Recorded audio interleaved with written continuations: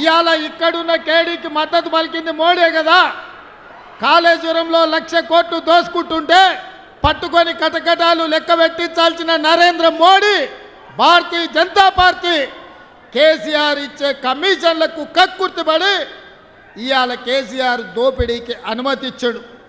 అదేవిధంగా పార్లమెంటులో ఎప్పుడు అవకాశం వచ్చినా, ఏ బిల్లు వచ్చినా రైతు వ్యతిరేక నల్ల చట్టాలు, నోట్ల రద్దు, జిఎస్టీ బిల్లు, ట్రిపుల్ తలాకు, 370 ఆర్టికల్ ఇలాంటి చట్టాలు ఏ వచ్చినా పార్లమెంటులో నరేంద్ర మోడీకి అండగా నిలబడి బీజేపీని గెలిపించింది బీఆర్ఎస్ ఎంపీలు కాదా, మీ స్థానికంగా ఉండే మాలోతు కవిత కాదా అని నేను అడుగుతున్నా.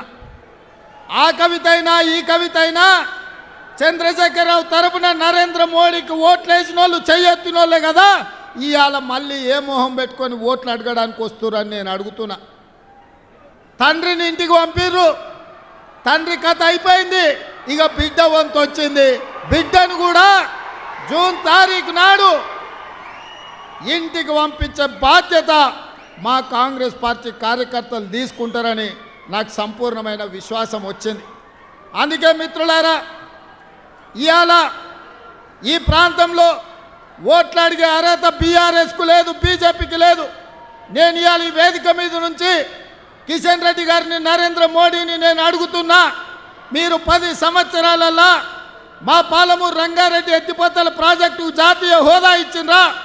మా ఖమ్మం ప్రాంతంలో బయ్యారం, ఇల్లందు ప్రాంతంలో బయ్యారం ఉక్కు కర్మాగారం కట్టి ఈ ప్రాంతంలో ఉండే ఆదివాసీలను, లంబాడీలను వేలాది మంది ఉద్యోగాలు ఇవ్వాలని సోనియమ్మ మంజూరు చేస్తే 10 ఏళ్ళు మా బయ్యారం ఉక్కు కర్మాగారాన్ని పాతరేసింది మీరు కాదా? పడావు పెట్టింది మీరు కాదా?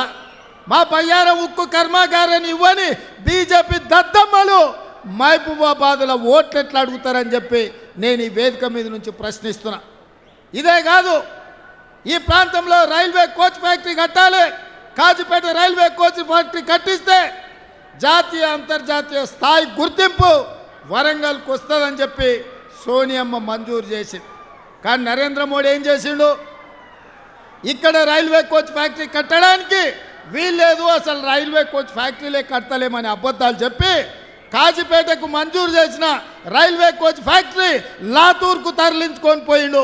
మరి బీజేపీలను ఒక లాతు దన్నాల్సిన అవసరం ఉందా లేదా? మన రైల్వే కోచ్ ఫ్యాక్టరీని కాజీపేట కాదని లాతూర్కు తరలించకపోయిన ఈ సన్నాసులకు ఇవాళ బీజేపీలకు ఓట్లు అడిగే హక్కు ఉందా అని నేను అడుగుతున్నా.